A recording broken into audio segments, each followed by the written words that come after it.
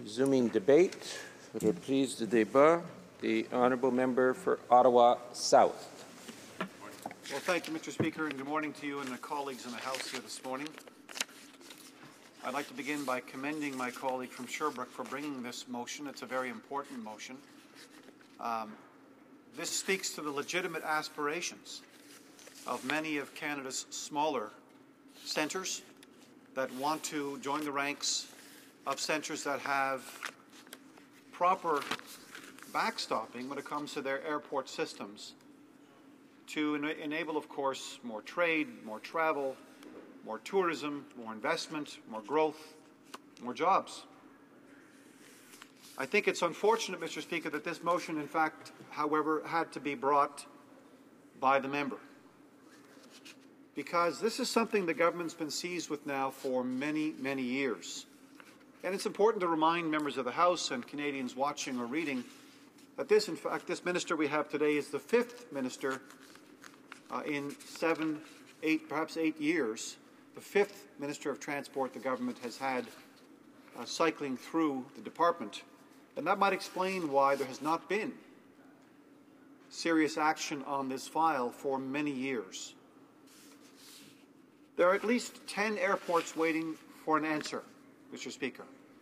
10. Pouviers-Nutuk in Quebec, Trois-Rivières, Schefferville in Quebec, St. Catharines, Ontario, Bromont, Quebec, Cold Lake, Alberta, Dawson City, Yukon, Edson, Alberta, Sherbrooke, Quebec, of course, as we heard, and Fort Nelson, BC. All of these airports have approached this government repeatedly for a decision.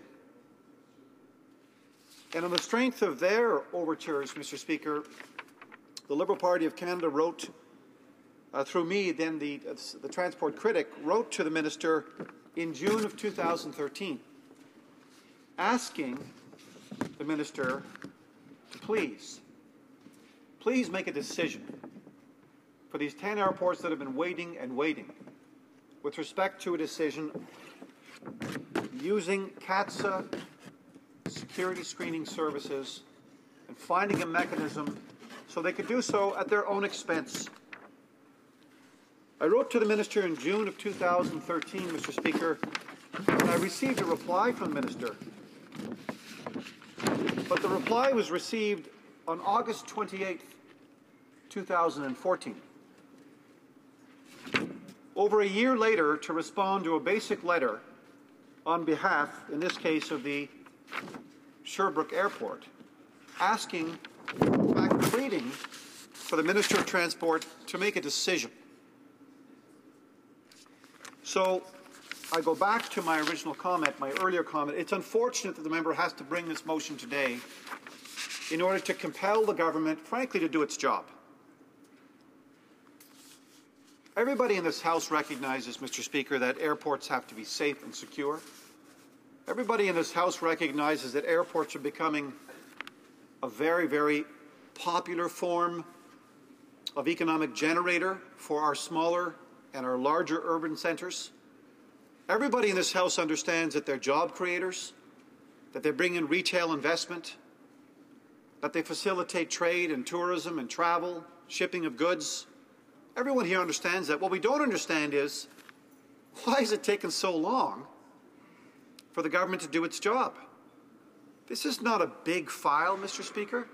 This is an extremely important file for all the airports involved, as I iterated a moment ago. It's extremely important for them, but it's not a big file for the government with its thousands and thousands of employees at Transport Canada. This decision and a mechanism to arrive at a decision should have been made years ago in anticipation of the kinds of growth that we're seeing in Canada. Why are we seeing this growth? Because we're seeing rapid urbanization. Because, for example, in the case of Sherbrooke, Sherbrooke devient une ville régionale. Sherbrooke is becoming a regional centre in Quebec. There are increasing numbers of people going there, people who are traveling, people who are coming through on business. It's similar to Halifax-Dartmouth in that way, or the Greater Vancouver Regional District. know this. We all live it. And so, for the life of us here in the Liberal Party, we can't understand why this decision wasn't taken years ago. But be that as it may, it is encouraging to hear the government say, through its parliamentary secretary, that they will support an amended motion. It's about time. Frankly, it's about time. I'm fortunate, Mr. Speaker, all MPs in this House, I'm sure, transit through from time to time Ottawa's beautiful international airport, and I'm fortunate to represent that airport. It's a massive economic generator for the City of Ottawa. It employs at least 5,000 people day in, day out. And so it's very, very important to the success of the National Capital Region and the Ottawa-Gatineau Census Metropolitan Area, without which we'd have great difficulty competing, without which our citizens wouldn't be able to move as freely as they do. If I recollect correctly, Mr. Speaker, it was the Liberal government that created CATSA. And it was the Liberal government that facilitated, in the Open Skies Agreement, the movement of Canadians into the United States and back with much greater ease, thereby facilitating, again, the movement of goods and services, professional expertise, generating economic activity and jobs. So we're pleased that this motion is being brought to the floor of the House. We're also pleased to support it, Mr. Speaker. We're just scratching our heads trying to figure out why it's taken so long for the government not to bring forward this kind of mechanism to facilitate this. It seems to have no problem, Mr. Speaker, none whatsoever, when it procures, for example, advertising, has no problem procuring advertising, running it during NHL hockey games or CFL games or you name it. You name it. $765 million and counting, Mr. Speaker, since their arrival. Not a single MP in the House, not a single MP in the benches of the government can justify this or look at their constituents in the eyes and say, yes, this was a good investment. When we have so many needs like this, needs for screening services in our airports, right? Leaving aside the needs in society, Mr. Speaker, that talk to important things like, how about insulin pumps for our kids? How about additional nurses? How about home care for our seniors? How about our veterans' offices, Mr. Speaker? So it's an interesting juxtaposition, Mr. Speaker, interesting juxtaposition, that the government has found all this time and money for obscene partisan advertising, but it can't find the time to solve this basic problem. Has not found the time to make sure that Sherbrooke and 9 other airports in Canada get the security screening they need in order to compete. That's all people want. They want a fair shot at competing in their own cluster areas. That's a reasonable thing to be trying to do. So we are supportive, Mr. Speaker. We're supportive. It's about time. The government is going to have to explain to these different actors, these different citizens, these different ridings, why it took this motion. The minister is going to have to explain why it took her 15 months to respond to a basic piece of correspondence. And in the answer given, says basically, we're still studying this. We're still studying this. So I implore the government not just to support this motion, Mr. Speaker, but to do what the Liberal Party of Canada has been asking of them for several years. Fix it. Fix the problem. Stop bobbing and weaving and hiding and ducking. Fix this problem for the 10 airports in this country that deserve a solution so they can get the screening services they need in order to do what they do best. What Canadians do best, which is compete, create jobs, and grow their local economies. Thank you very much, Mr. Speaker. Reprise de débat. Resuming debate. Resuming debate, the Honourable Member for Compton-Stanstead. Thank you very much, Mr. Speaker. And long life and prosperity during a well-deserved retirement. You're going to be sorely missed here in this House. Mr. Speaker, this motion that we're debating this morning, M-553, sponsored by my honourable colleague and my neighbour from the Sherbrooke riding, deals with CATSA.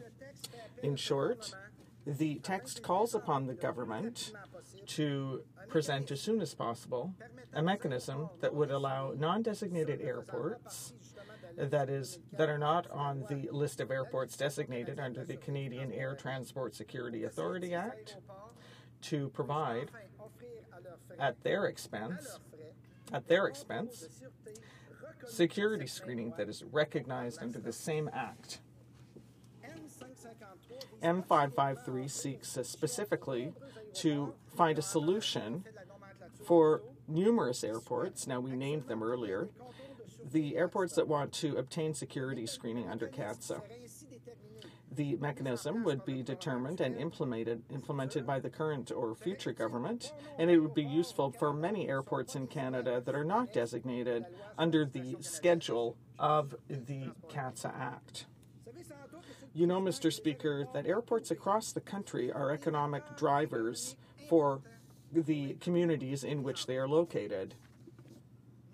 And we must support them so that they can thrive, progress, and create quality jobs for the middle class. Air safety, like food safety and rail safety, are major priorities for myself, my leader, my party, and my caucus. However, this government has gotten us used to a certain sort of laxism in these areas, and these should be priorities for them as well. The mechanism called for by this motion seeks to offer a pragmatic solution that does not undermine air safety because it seeks to take into account the standards that have been developed by the regulations currently in force. Security screening that we are talking about here is the responsibility of a Crown corporation, CATSA, which was created in 2002 as a logical follow-up to providing air safety after 9/11. The act that incorporates this Crown corporation provides that CATSA must ensure security screening in compliance with extremely strict standards, and we comply with those standards. CATSA is responsible for assuming screening costs thanks to a tariff or a fee on each plane ticket. CATSA has reached agreements with security companies such as Garda, Securitas, and G4S to ensure safety in all airports in Canada, in many airports in Canada, which means that everything is decided in a quasi-arbitrary fashion with regard to this screening standard. Only airports have been accredited since 2002, 2 out of 12. But many other airports have asked for this designation. So this leaves very little room to openness or to updating this standard because many regions have been subject to a great deal of economic difficulty in recent years and are calling for this accreditation. So they should be on the list as well. Or at least we should be trying to find a way to be able to make passenger access to flights safe so that these airports, and there are several of them, could allow the surrounding regions to develop, economically speaking. But unfortunately, we have been calling for this for many years now, but they seem to have fallen on deaf ears over 2 years ago. Since a couple of years, all we've had is radio silence. So we're trying to generate revenue for the nation. There could be major economic spin-offs for the regions in question. And one of these regions happens to be part of my riding, Mr. Speaker, and that is Sherbrooke. At the time, we used to call Sherbrooke the Queen of the Eastern Townships. And it is one of the, as my colleague said, it is one of the rare urban centers of close to 200,000 people in the eastern portion of North America that does not have an airport that is functional. with the rules and standards that should be applied to make it functional. The Greater Sherbrooke region, which owns the infrastructure on land surrounded by small municipalities such as Haut-Saint-François, Westbury, Cookshire-Eaton, and East Angus, these municipalities are waiting for the government to give its consent for numerous projects. There are many economic development projects that have been supported by dozens of partners, economic partners, political partners in that region. All we have to do is look at this in this urban center. You've got the University of Sherbrooke, Bishops, the Sherbrooke Hospital, numerous large companies in the region, including Domtar, BRP, Waterville TG, and even businesses as far away as Stansted, which is 45 minutes from the airport. And of course, the beautiful observatory of Lake Mégantic that could benefit from these economic spin-offs brought by these airports. I'm going to talk about my region. My region is a flagship of biofood and agriculture. It's unbelievably rich, and these people, all these people in my region, could benefit from these economic spin-offs. So even though they're 30 or 45 or 60 minutes from this airport, that they would still benefit. There are numerous companies and small businesses that require this kind of support. They need an economic lever, and they've been waiting for this for 30 years. My colleague who moved this motion wasn't even born yet, but they've been waiting for this type of project to have a viable and functioning airport. Many things have fallen through, but right now all of these partners want to work together. They want to ensure that the Sherbrooke Airport is a place that could be used as an economic vector, as a reference point for the region. The government has to stop saying no to different projects. The Chamber of Commerce has to constantly turn down economic development projects because there is no rail link, there is no air link. Now, I think we just forget about trains, but we need an air link. It would be so simple to work together with the government to ensure that not only the Sherbrooke Airport is functional, but many other airports across Quebec and Canada. How much time do I have left, Mr. Speaker? All right, thank you very much, Mr. Speaker.